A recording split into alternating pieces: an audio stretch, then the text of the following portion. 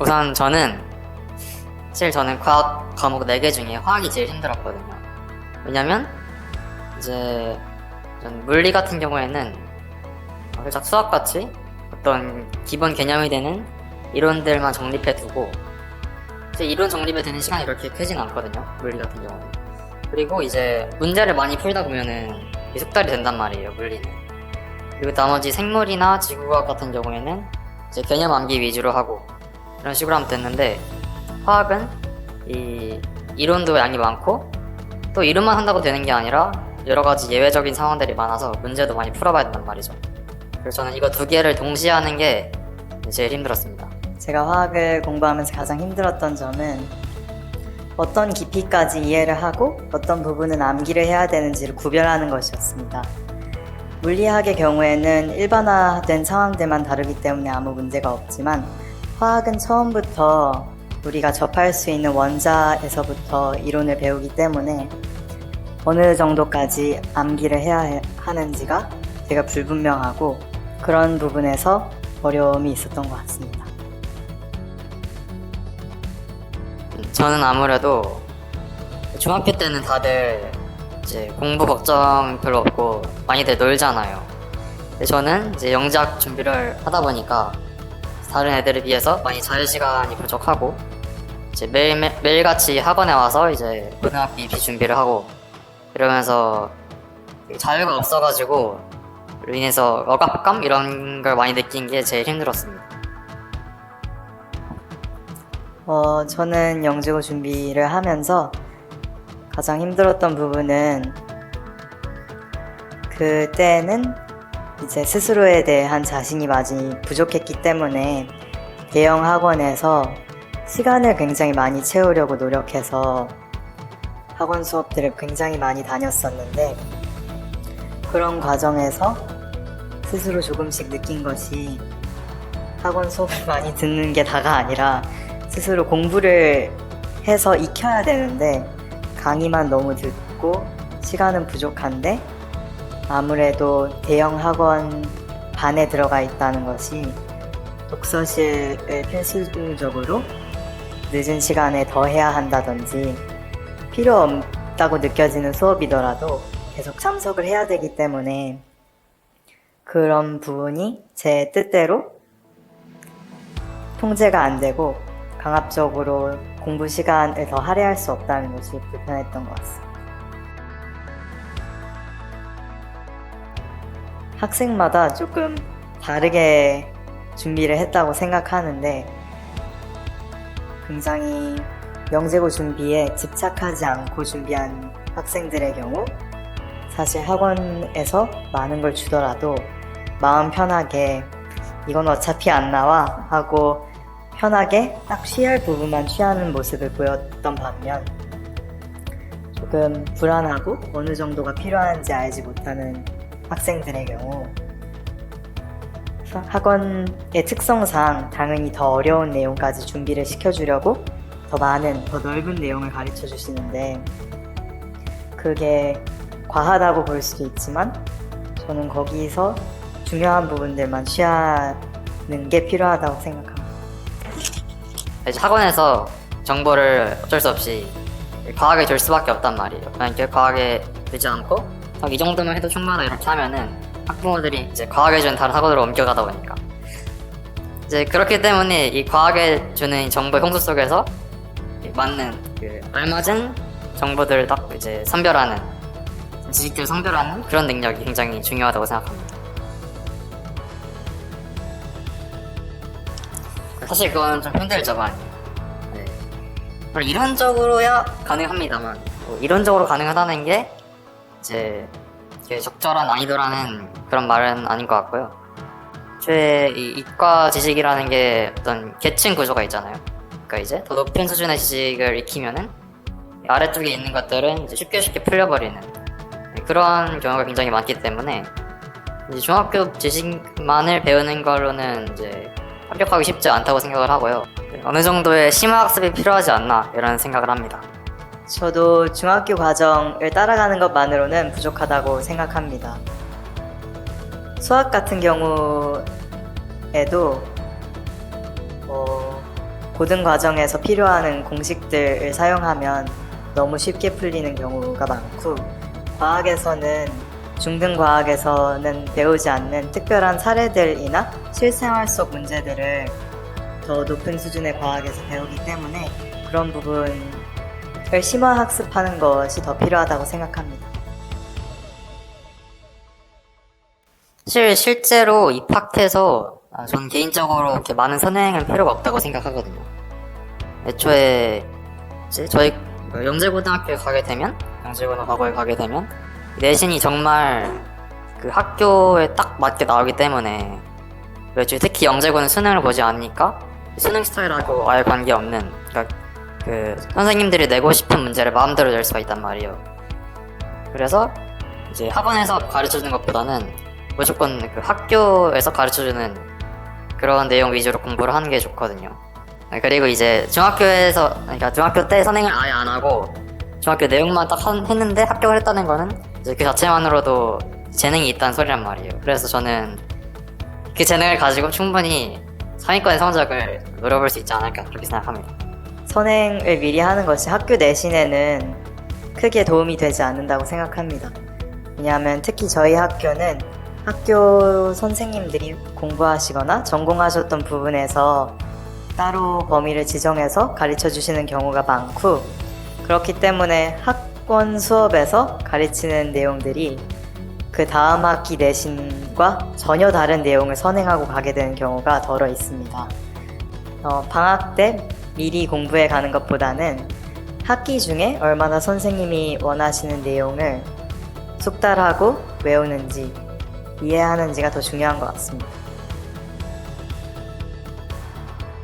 정서 말하겠습니다. 저는 이제 졸업할 때 기준으로 해서 한 20등 안쪽, 10등 후반대? 네, 그 정도였습니다. 정확한 등수는 안 알려줘가지고 잘 모르지만 저는 마지막 학기 기준으로 20등 후반 정도를 했던 것 같습니다. 10등 내외에 있는 친구들은 대부분 놀이 대신 공부를 하는 친구들로 소설책 대신 전공책을 읽는다고 생각하시면 될 것 같아요.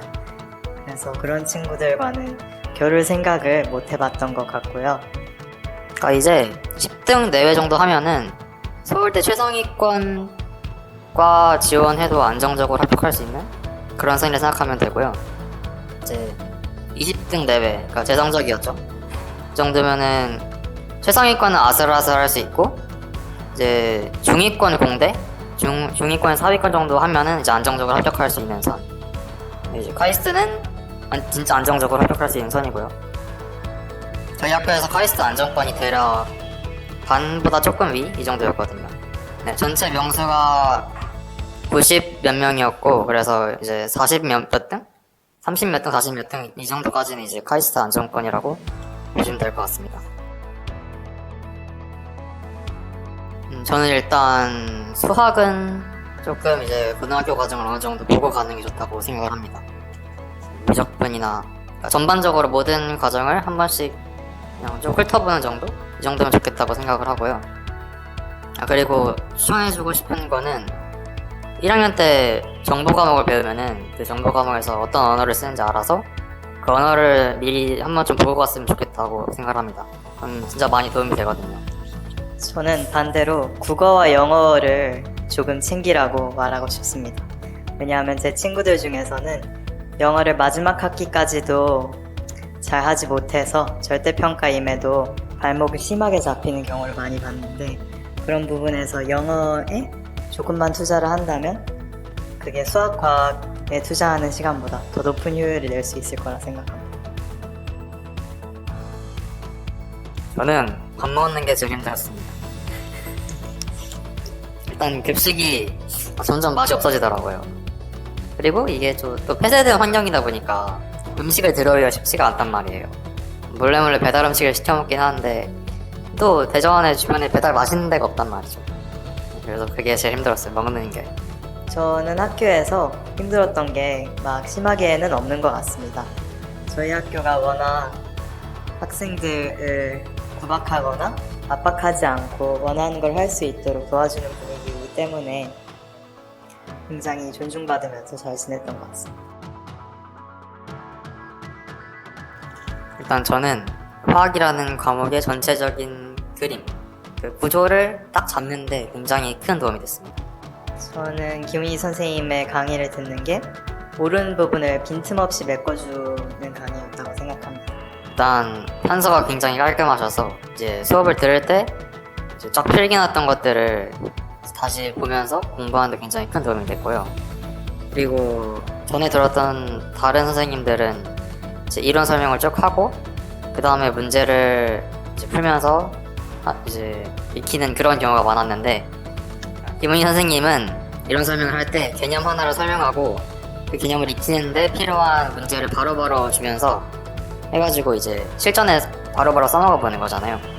그래서 개념을 이제 몸에 체득하는데 굉장히 큰 도움이 됐습니다. 다른 선생님들에 비해서. 제가 생각하는 김은희 선생님의 강의는 각 단원별로 필요한 부분들이 다 나눠져서 정리를 해주시기 때문에 모르는 부분을 명확히 하고 필요한 부분을 제때 찾아볼 수 있다는 점에서 다른 선생님들의 강의보다 훨씬 좋았습니다.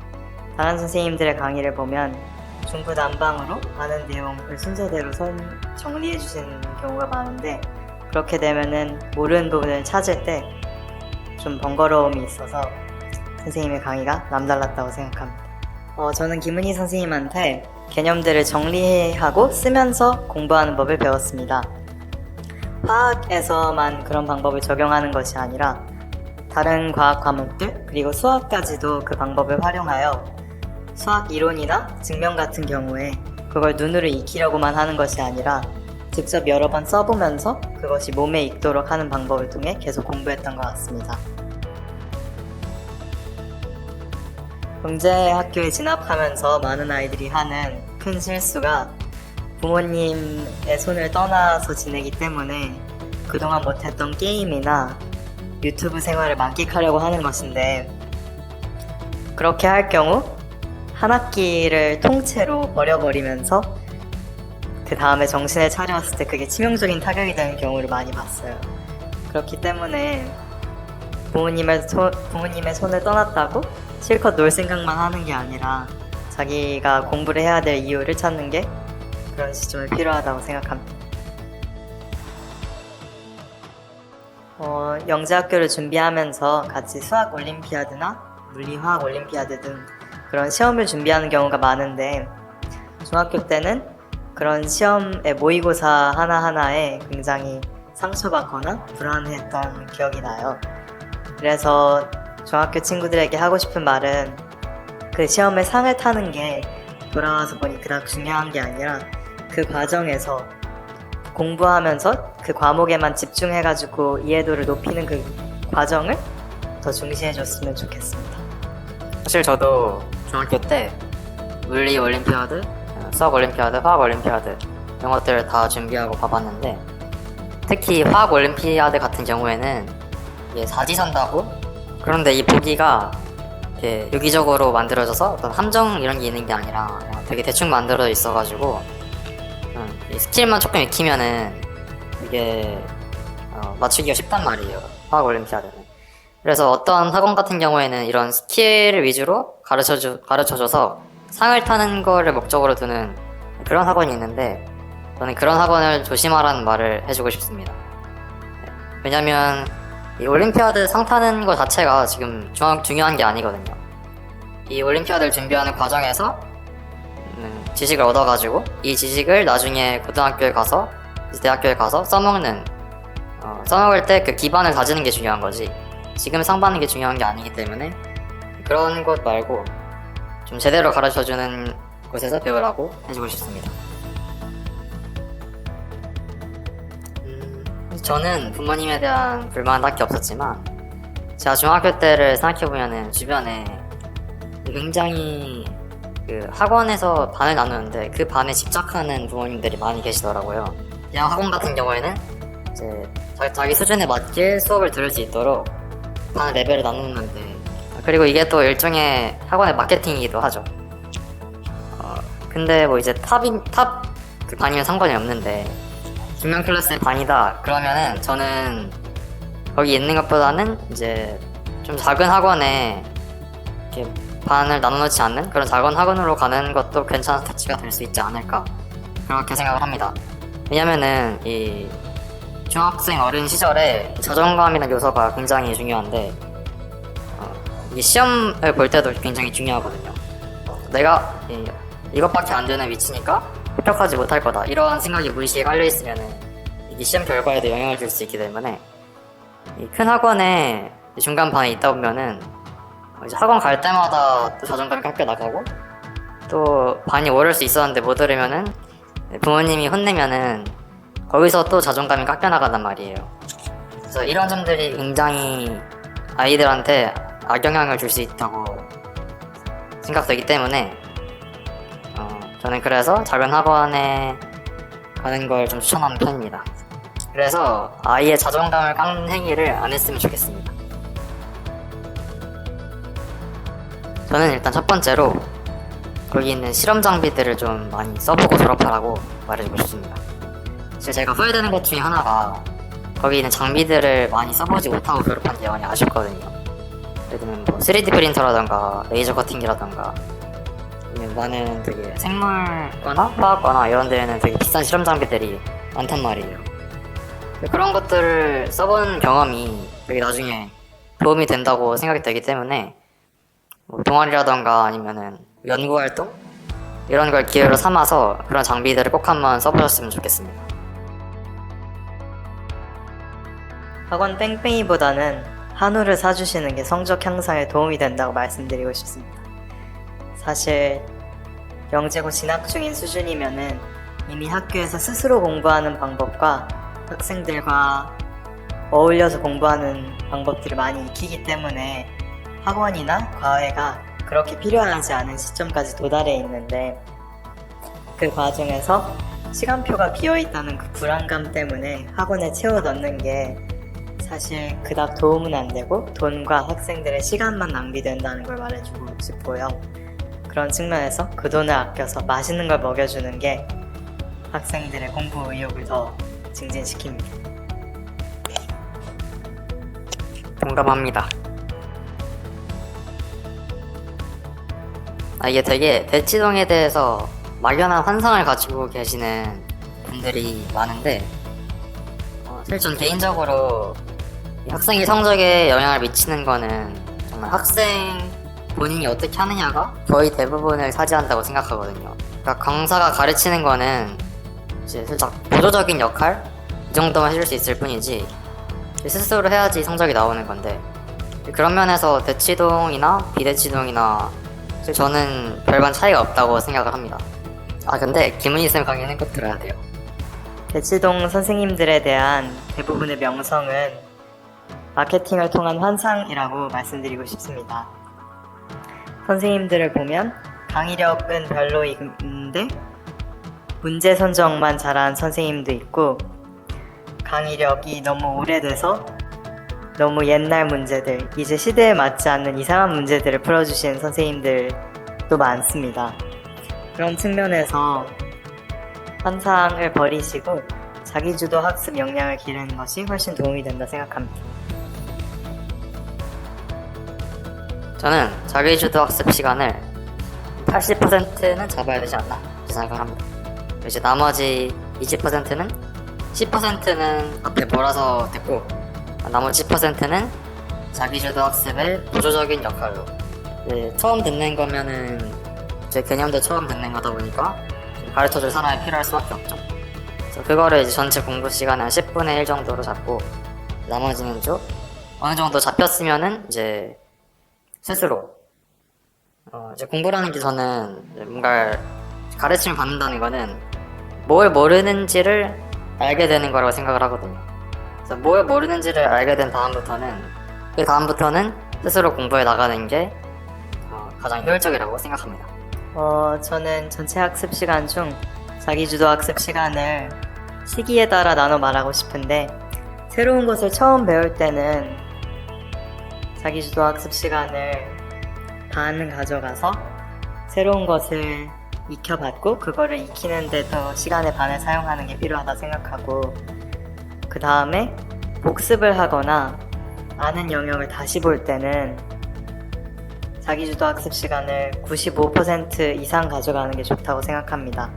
그렇게 해서 아는 내용들을 확인하고 모르는 내용이 있을 때 그 부분만 콕 집어서 강의를 다시 보는 것이 더 효율적인 학습이라 생각합니다.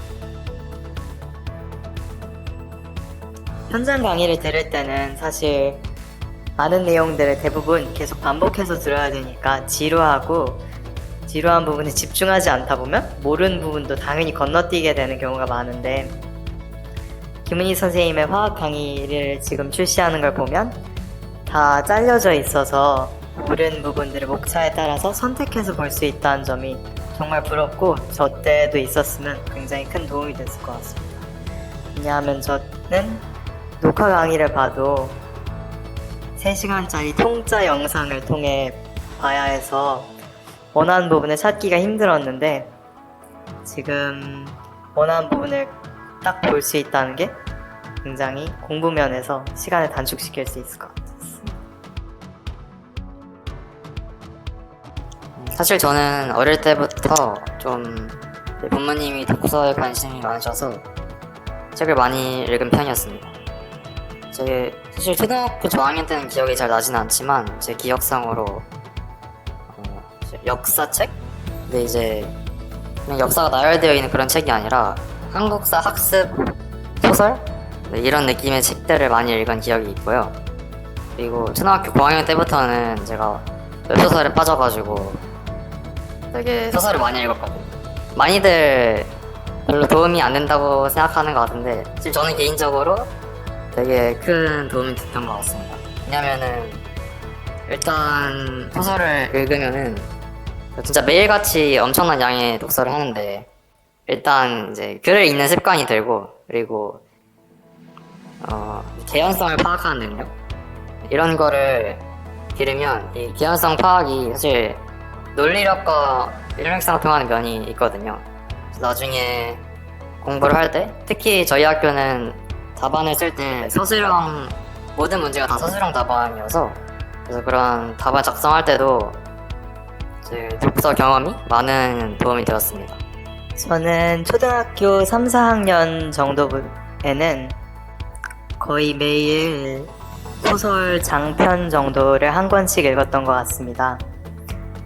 그런 경험들에서 사실 중요했던 건 책의 내용보다는 글을 읽고 그걸 이해하는 습관이 정착했다는 게 되게 큰 도움이 되었습니다. 판타지 소설만 읽는 것이 사실 부모님 입장에서는 더 유익한 책들을 읽었으면 좋겠지만, 그런 책들을 읽으면서 얻은 상상력이나 논리적 개연성들을 파악하는 능력에서 문제풀이 혹은 되게 창의적이고 유연한 생각을 하는데 큰 도움이 되기 때문에 책의 장르에 상관없이 무조건 학생의 흥미에 맞는 책을 많이 읽는 것이 도움이 된다고 생각합니다. 먼저 과학고 진학은 수학과학을 좋아하는 것보다는 수학과학을 잘하는지와 관련이 있다고 말하고 싶습니다. 그래서 저희 학교 학생들 중에는 수학과학을 좋아하는 학생은 많이 없었던 것 같고, 대부분 잘하는 학생의 비율이 높습니다. 저는 초등학교 때 꿈이 되게 사실 바뀌었어요.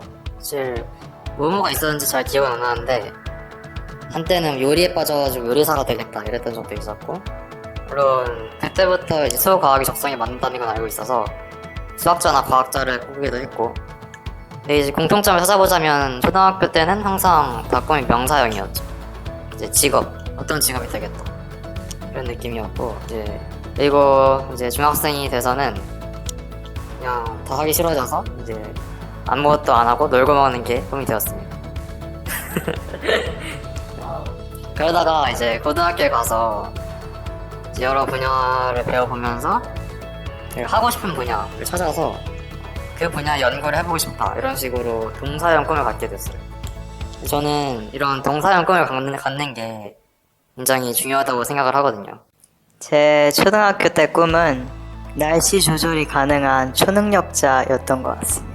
그런 초능력들이 사실 그때는 불가능했지만 날씨를 조절하는 것 정도는 국지적으로 현대과학기술로 가능해진 것을 보면 아직 그런 꿈을 유지해도 된다고 생각합니다. 초능력자 정도는 꿈꿔줘야 과학고에 올 수 있습니다.